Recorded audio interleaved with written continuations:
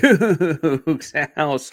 Was it sensationalism or just playing to big markets? The Locked On College podcast host completely snubbed Conner Weigman and boxed out the Houston Cougars from the top 100 player list.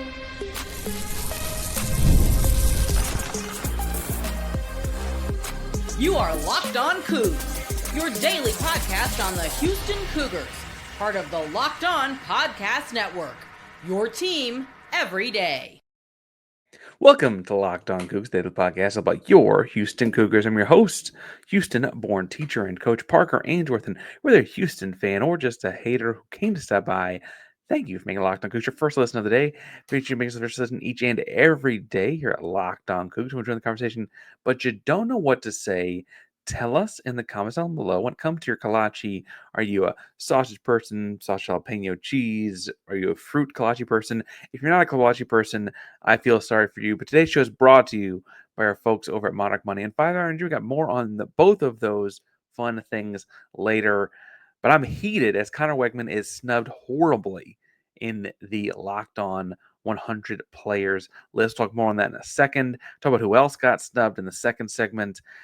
And in the third segment, thought experiment that's a little bit fun is who could be on the list when the season's over in December or later. We'll see. Now, listen, the way this list worked was we all nominated guys from the respective teams we cover and had a big vote across the entire, it's like 70 people in the college branch of the Locked On Podcast Network.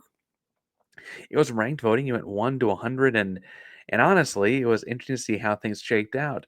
But not one Houston Cougar made the Locked On Top 100 Players in College Football list. Frankly, the highest ranked Big 12 player was Spencer Fano, an offensive lineman from Utah. He came in at 14. Jordan Tyson, wide receiver from Arizona State, came in at 16. Levitt, quarterback, Arizona State, 21. Almost 10 other Big 12 guys made the list. The Big 12, you could argue, as a conference, was a little bit left out. I thought it was really interesting looking at the 16 quarterbacks in the top 100, only having 3 in the Big 12, where the Big 12 returns 9 quarterbacks from a season ago. Yet Kevin Jennings made the list, quarterback at SMU. He was at 55 on the list of 100, 23 touchdowns, 11 interceptions, 3,200 yards. Fine. Fernando Mendoza was at Cal. He's now at Indiana. 16 touchdowns and 6 interceptions with 3,000 yards passing. Darian Minster was at Tulane last year. He's going to Duke at the transfer portal. 22 touchdowns, 6 interceptions, 2,700 yards. Played against American competition. Illinois quarterback made the list too. Luke Altmaier. He came in at 79, 22 touchdowns, 6 interceptions, and just 2,700 yards. Listen, this is a Cougar podcast, and we're going to talk about Conner Weigman a lot, but I would point out, like, Sawyer Robertson had 28 touchdowns and 8 interceptions, 3,100 yards, and was not the day one starter. Baron Morton had 27 touchdowns and 8 interceptions, 3,300 yards, and got better talent around him at Tech. Rocco Becht at Iowa State, I thought, was really impressive last year. 3,500 yards, 25 touchdowns. Yes, he had the 9 picks, but he also 3,500 yards. Like, he's throwing the ball a lot. If you like Liberty last year, Caden Salter was kind of a love story. He's now at Colorado, and if he's not the starter, that's because everything 5-star freshman coming in behind him will be. But Conner Weigman does not make the list, and I think it's only because of, like, the equivalent of brand name kind of things.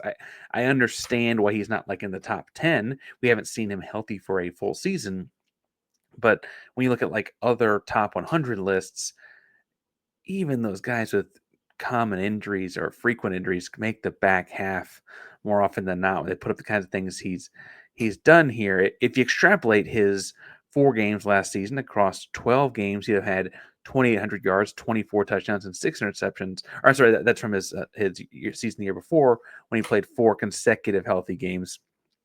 Again, that's 2,800 yards, 24 touchdowns, and 6 interceptions. That is in line with everyone we've mentioned so far, including the guys that actually made the darn list. He was a 5-star product out of high school. Listen, I think the thing that's most... I'm not going to try and throw people under the bus here because they are my colleagues at Locked On. This was done by the folks at Locked On. I totally get it. I am just upset with how this went. And so, like, back when he entered the transfer portal. And frankly, back when he got hurt in 2023, you had people at the Locked On SEC and Locked On A&M and all those things talking about how like this guy still had pro upside and how A&M might have been able to beat Alabama had Weigman been on. That was a thing they said back then, right? And Conner Weigman could be an NFL quarterback someday after the 2023 injury. This is not going to derail him from that dream theoretically, right? He was injured week 4 against Auburn that season, broke a talus bone in 9 places, needed a couple of screws in that foot and leg. And then he came back in the 2024 season. He was injured in the 3rd quarter of the week 1 matchup with Notre Dame, hurt his shoulder in that one. And as we found out in March, when he told Chris Hummer of CBS, he didn't want to miss a 2nd straight season. He just couldn't do that. So he took a bunch of Toradol shots to play every week to numb the pain, ultimately throwing off his mechanics. He ends up straining his right bicep as well. That's 2 injuries to the throwing arm last year.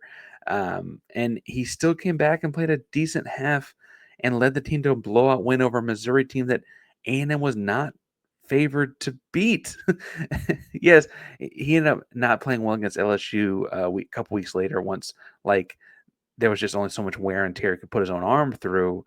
But ultimately, as a starter at A&M, he was 9-4. And while those Notre Dame and LSU games stick out to a lot of people that want to be naysayers about what Conner Weigman has done, I point out there are a lot of people that wanted this guy in the portal because of that 9-4, because of that pedigree, because of the things they saw beforehand. Listen, when he hit the portal, Auburn was interested. Missouri was interested. Syracuse felt like a done deal. Wisconsin was interested. Public discourse was happening across social media platforms about Oregon and Georgia and Louisville. And he chose Houston. He chose coming home. And suddenly, he chooses coming home. And now, 8 months later, he's gotten healthy, has had spring practices, gotten some new weapons around him like Koziol and Harvey Broussard. And he's somehow fallen back out of this top 100. Our own Brian Smith locked on the portal. He and I talked back when Weigman transferred, and that episode's back in the catalog. You can go back and find it. But he mentioned that the fresh start was going to be so good for Conner, right? The idea of having somewhere you could come in and get after it right away, right? And just kind of new teammates, new environment, new fan bases, etc. Right? And that fresh start at Houston would be with a coach like Willie Fritz, very disciplined. Slade and Nagel's got a system. They've worked together in the past. Fritz and Nagel understand how each other work. In his time at A&M, Weigman had a bunch of coaches. That whole Jimbo thing, that happened in between his 2 injured seasons, right? Like the Elko coming in and changing up with offensive system, like that all impacted his time there as well. And still, I would point out that Conner Weigman, had he had the exact same trajectory, exact same everything, but been named the starter at A&M for this fall, or taken the Auburn opportunity, or the Syracuse opportunity, or some other opportunity farther away from home that was in just a bigger market. I know Syracuse is an ACC school, but it is in the state of New York or whatever, right? There's just only so many college football programs up there. An SEC offered, Missouri wanted the guy. If he'd taken those opportunities, right? I think Conner Weigman's on this list, and I think with certain ones of them, he might have been in the top 50 on this list. People were really optimistic about the guy until he chose Houston, and that just irks me and it bugs me. And full disclosure, I kind of thought at Locked On we all had a little bit different understanding. I'm not going to go back and pull up the episodes. I can find a lot of episodes very quickly of other Locked On podcasts who was saying they wanted their team to go get Conner Weigman, and then their team did not get Conner Weigman. And suddenly he's just not on the list anymore because he's just not at a program they talk about. I know he was nominated because as the guy that covers Houston, I nominated him. I know he had at least one person vote him.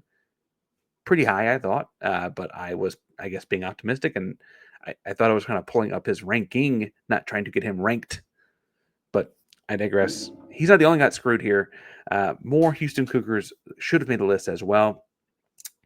he's just the one that probably irks me the most. But I want to talk about one other one that absolutely has no reason he did not make the list. Before we get too far, today's show is brought to you by our buddies over at Monarch Money. Now, listen, if you ever wish managing money felt easier, Monarch Money can make sure that it is, whether you're growing your savings, planning for a big purchase. Monarch puts you in the driver's seat. It's like having your own personal CFO. You need full visibility and control over your finances. Monarch Money is more than just a budgeting app. It's a complete financial command center. You can check all your accounts, investments, spending in one place. In addition to managing your money, you're also building wealth. I mentioned at the top, I am a teacher, I am a coach, I am a podcast host. My wife has streams of income. All those things come into one place, and it's all one easy dashboard to see where things are, how things are coming in, where things are going out to. Oh, Parker spends too much money on takeout because he doesn't have much time to cook. That's very apparent when you see it highlighted there in front. If you take control of your finances with Monarch Money, use code LOCKEDONCollege at monarchmoney.com for 50% off your first year. That's monarchmoney.com, code LOCKEDONCollege for half off your first full year. Parker Ainsworth, Locked On Coogs here, talking about his Locked On Top 100 Players list. And I gave it some time because I want to make sure everyone that got from the network, their excitement out about their guys ranked or whatever. I didn't want to rain on their parade. I want to be respectful of the network. And this was a cool initiative. And frankly, it was cool to see, like, oh, where do so-and-so rank and whatever. And I spent the whole first segment talking about how Conner Weigman got screwed here. And if I'm being honest, in my own ballot, Conner Weigman wasn't even the highest Houston Cougar. It was Tanner Koziol. Tanner Kozil's tight end, everything tight end, very coveted tight end, could have gone anywhere he wanted tight end. And he was initially going to Wisconsin. I guarantee if he stayed at Wisconsin, he made this list. Instead, he chooses to come to Houston after initially picking Wisconsin. And, I mean, listen, he was third on Pro Football Focus tight ends last year as far as rankings in like every analytical category. And the other two guys are pros now. Tanner Koziol is the best returning tight end in America in most analysts' eyes. There are a couple other guys you could put in front of him, I guess, but he is not farther back than third in the nation as a tight end. And I mentioned this when, all Big 12 teams have come out and stuff like that. Like, if you don't have Koziol in your top, whatever, all Big 12 preseason team, you're just not actually paying attention to the tight end position. And it would have been one thing if Koziol had not made the top 100 here, because tight ends didn't make the top 100. It's a fading away position. It's a very unique position. Frankly, some of them feel more like wide receivers, Koziol included, right? Some of them feel more like offensive tackles. Totally get that, right? However, there were, by my count, 5 tight ends on this list. TJ Parker from Clemson is 12th. There is not a world where Tanner Koziol is not as good a tight end or better tight end than TJ Parker. TJ Parker came in 12th out of 100. It just doesn't make any sense. Kenyon Sadiq at Oregon came in the top 75. Eli Stowers at Vanderbilt is 81st. Also a small crime in and of itself. Eli Stowers could probably also be in the top 25. He's probably the top 3 or 4 tight end group. But anyway, Oscar Delp at Georgia, just because he goes to Georgia, is 92, I guess. He's not Brock Powers, guys. Like, if you told me Eli Stowers at 81, Vanderbilt, a little bit of SEC bias, and let's say that it was Stowers at 81 and Koziol made it at 90. Like, you know what? People just didn't watch tight ends. Kind of get that. I don't like it. Kind of get it. This doesn't make any sense, right? I also think that for what it's worth, that Carlos Allen not making the list, big defensive tackle at Houston not making the list, doesn't make any sense. He's not the sexy pass rusher type either. He's a big run plugging, run stopping defensive lineman. He's light on his feet and quick. I don't mean to say like he's just like a plug guy, but like he is a run defensive player, a run stopping defensive player. And he was top 50 in America on defensive lineman in run stopping last year in analytical categories on Pro Football Focus. Again, most of the guys, like over half the guys, top 50, are now in the NFL, like in training camps. And it suffice to say, it feels like he should have, be projected and move up more there. I just don't know. I guess like not everyone likes run stopping. When they think of defensive line, they're thinking more of like the pass rushing, sack getting, fumble for like that kind of guy. Maybe, but that's not how football games are played. You need to stop the run. Carlos Allen's as good at anyone in America at that as a defensive tackle. There are other defensive tackles. I'm not going to go through every single guy again because time is limited. But I do feel like Carlos Allen, because he doesn't have the pass rushing stats, gets underappreciated as a defensive lineman. He's an interior guy and an edge guy. And frankly, if those guys aren't like 370 pounds, we don't think of that. Like, it's almost like you have to be a giant just to get your name out there and circulating at that spot. And Carlos Allen's much more athletic, one of those guys. Houston's always had those guys, right? I mean, there was a stretch there for a while where Houston was putting defensive linemen in the NFL draft fairly regularly. And while it's been a couple of years since that, I don't think that's. I mean, we're seeing them make the NFL after the draft. Well, there's Nelson Caesar or we just saw Keith Cooper or whatever. For what it's worth, Keith Cooper got signed by the Seattle Seahawks after the NFL draft last year, and Carlos Allen's run numbers are notably better. Right now, Keith Cooper can rush the passer, and that makes him versatile in a little bit different way. But Carlos Allen was better against the run. You got to do that part of football too, and you'd think that these SEC market type folks would understand that. I digress. I also think that while we're sitting here, the one that I feel like is a snub that I understand more than the others is Stephon Boogie Johnson. Not because Boogie's not one of the best 100 football players in college football. I do think that he's one of the best 100 players in college football for sure. But he was a wide receiver last year.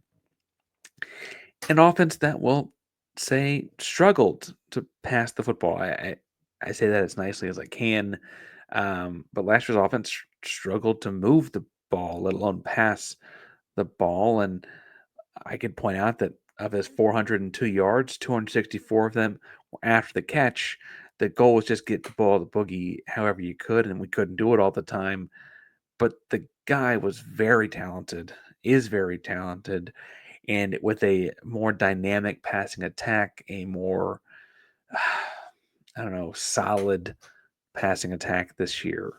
I think he'll show why he's an NFL player. I think he's got that kind of talent to him.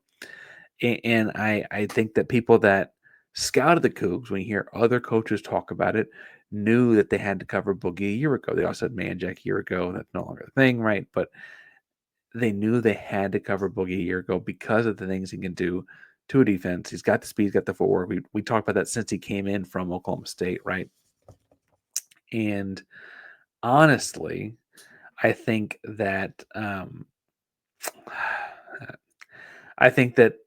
he's a top 100 player in terms of talent, but I understood why, talking to another Locked On host across the country that maybe wasn't watching Houston as much, wouldn't have known his name the same way, and then pull up his stats like, why is this guy even nominated? Why did Parker nominate a bunch of his guys or whatever? Right? Like, could have understood that one. To sell me on that one. And so anyway, Houston, gets snubbed across the board here, and I feel like, and I didn't mention everyone I nominated. I admittedly nominated some that I just want to make sure that their name were out there for people to see at least once before the season started, and we'll talk about them when things come up. But I think perhaps the more interesting thing here, as we're going to do the third segment, is look at what this list might look like in December.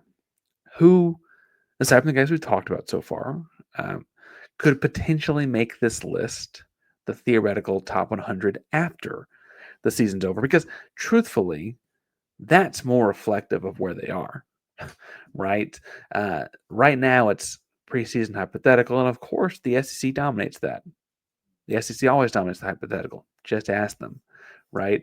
But we'll talk about that more in just 1 second about who could be making the end of season list if we made one.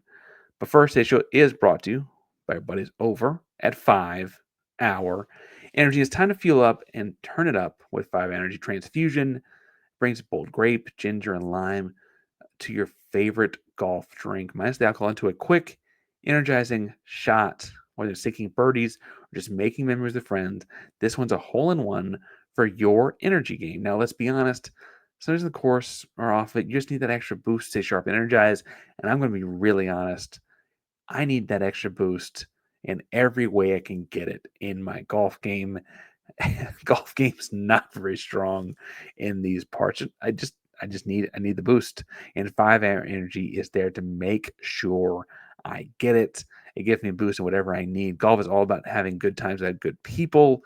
And of course, good flavors too. The grape ginger lime gives you the best parts of the clubhouse. Go down with chasing the beverage cart. Now, listen, if you go to 5hourenergy.com, that's the number 5hourenergy.com.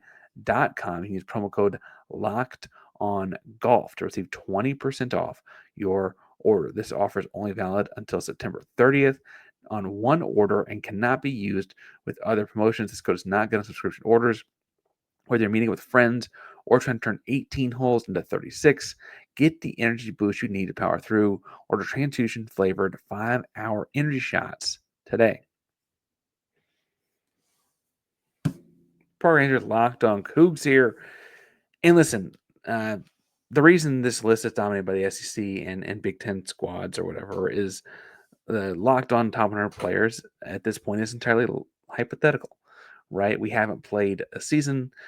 We're projecting where these guys will be in their new homes. A lot of players in this list are new transfers to new places and all that kind of stuff. And well, I think that the 4 guys named so far, Conner Weigman, Tanner Koziol, Carlos Allen, and Stephon Boogie Johnson will all be on the list. I think the more fun hypothetical is who could join them at the end of the season when things feel a little bit less hypothetical. When you look back in December at who were the 100 best players from the past season. And I would stress that it will be hard to make this list at offensive linemen if you were not on the list to start, because it's hard to hypothetically, offensive linemen don't get the sexy stats and stuff that can be eye-popping. If you're not looking for them throughout the year and you weren't on the list, or people weren't looking for you, whatever, it'd probably be hard.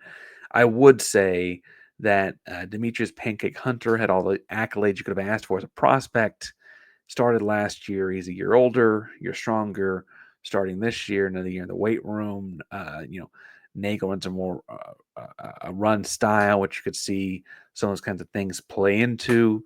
Maybe talk about the offensive line more, and at the returning starting center, you could see how that might, honestly, as one of the few returning offensive linemen, you could see how that might drum up his name more. So I could see him and Dukwe. Now, David Dukwe, the other returning starter, is playing left tackle, which is a little bit sexier position, I guess. So maybe he'd get the nod if an offensive lineman moved in. Jason Brooks has gotten a lot of reps. It looks like Agnello's gotten some. Merriman's getting a lot of run at right tackle. We can talk about that as it goes, but it'd be really hard, in my opinion, to see an offensive lineman move off the list onto the list because they just don't get the stats. But 2 guys that will have chances at stats this year, and I think could make this list after the season's over, are Harvey Broussard and Kobe Young. Now, both are electric pass catchers. Kobe is lightning in a bottle, just so shaky, wiggly type with the ball in his hands. He's a redshirt freshman after hurting his foot last season. Harvey Broussard transfers in from Louisiana Lafayette. One of those guys is going to have a monster year this year, just statistically speaking, right? If you're a defense and you're trying to shut down Stephon Boogie Johnson, you're trying to shut down Tanner Koziol and all the you can't plug on the holes in the dam, right? And these are 2 very fast holes in that dam, and I think that they could, frankly, ultimately have a really strong statistical seasons. We're looking back like, man, that year from Broussard, or maybe it's Amari Thomas or Mekhi Muse or any talented receiver, right? But maybe just oh man, that dude at Houston had monster numbers that year, right? That's kind of guy I could see making his way into this list from off of the list. Similarly, I think Rashawn Sanford is a great candidate to make this list if we're doing one at the end of the season. Think about how well Tajay Spears played in the Slade Angle offense when Nagel and Fritz were at Tulane together with Nyagavi running the offensive line. Now Fritz, Nyagavi, Nagel all together again, and you got Rashawn Sanford as the running back.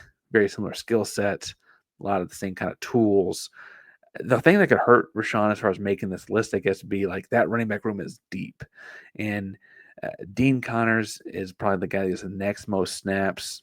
Got kind of a jack of all trades kind of skill set, which is different than what Rashawn Sanford has with the kind of burst and wiggle and slow to quick and changing gears. Jamarian Fat Burnett.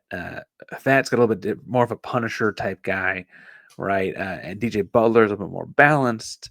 Stacey Sneed is like a 6-year vet, but a phenomenal pass catcher. Honestly, you could see Rashawn Sanford maybe not get the reps as a running back, but I think that he'll have the highlights, and I think that he's got the go. Like they get up and go kind of stuff out of the backfield. I can see him making this as well. I think that's frankly a really strong set of offensive skill guys that could potentially find their way onto this list if Houston does win the games and does get their name out there more and does gain the notoriety that I think they're about to go get this season. Defensively, I tweeted this out the other day. You need to write down the name Eddie Walls. Talented pass rusher, very, very fluid, natural pass rusher. At FIU a year ago, and was kind of more of a specialist, 6'4", 245, long arms, good bend, runs the hoop well, if you know your defensive line lingo. At Houston, if he has the same kind of thing where he's a specialist that gets 5 or 6 sacks, another handful of QB hits, that's the kind of thing that the Big 12 is kind of the nation talking. I mean, that's like people realize, okay, we got to find where he is on the field when we come out here, and we got to slide the line that way. Like that will change how offensives play Houston. I think similarly, LaTrevion McCutcheon could find his name on this list later. Listen, I know LaTrevion is the little brother to Latrell, and a lot of people think little bro, and little bro, it's not little bro's time, whatever. I thought watching him last year, and they made him put his hand in the dirt more as the year went on. I cannot express how impressively fast his get off is. And by that, I mean like his get off the ball, pass rush, etc. Like his get off was so quick. He's bigger, stronger, faster. You ask guys, they say he's power cleaning a lot. He's explosive. Talking to Carlos Allen when he's at media days, sound like Trev is like solidified himself as like the best get off on the like he is really, really quick. And I think unlike Eddie, LaTrevion's not going to quite, at least coming in, be a specialist. Now Eddie could have grown his game, and I don't mean to say that, but like LaTrevion last year was not a specialist. But I do think as the year went on, they put his hand in the dirt more. And I feel like you're going to see him with his hand in the dirt a lot this year. And both LaTrevion and Eddie make fun plays, right? They make sacks, quarterback hits, hurries, apply pressure. Those kinds of things will get guys notoriety to make this list, right? And then I would point out, last but not least, I guess I put both of them together in Corey Platt and Jesus Machado. Now, full disclosure, I think prior to his most recent injury, Corey Platt would have made this list, right? If he were coming off of a Corey Platt year at linebacker instead of coming off of an injury, assuming he's coming back to Houston, not going pro, I think he would have made this list. And so maybe that's just the unfortunate timing of things or whatever, right? I could also see if he comes into this, his linebacker teammate, Jesus Machado, who played with him at Tulane, played at Tulane last year, didn't come over with him, came over a year later, but played with Fritz at Tulane. I could see, him being much like we talked about Kobe Young, Harvey Broussard benefiting from playing with Koziol and Boogie. I could see Machado benefiting from playing behind Carlos Allen and next to Corey Platt, getting a lot of free run-throughs because offensive linemen are too worried about those other guys, right? And so we'll see how that goes, but that's the fun of this, is how those things all work together. And I just maybe I'll suggest it. Maybe I'll suggest doing a list of the year because I think a lot of people, and Kelvin Sampson told them when it comes to basketball, not sleep on Houston. I think a lot of people are sleeping on Houston football as well right now. And I really just think it's their loss. We'll talk more about it as things go on this year. We got more fun stuff to talk about this week as we preview football season. We've also got some basketball recruiting news go on, as well as always all kinds of fun things we lead up to Stephen F. Austin on August 28th to kick off the football season formally. I believe we're also in the first Big 12 game in the United States this season because there is one before us, but it's in Dublin. I think Houston plays the first Big 12. Anyway, more on all that fun later. So subscribe, hit the bell so you know that we're live, Locked On Coogs, primarily the Locked On Podcast Network. That means your team every day. Go Coogs.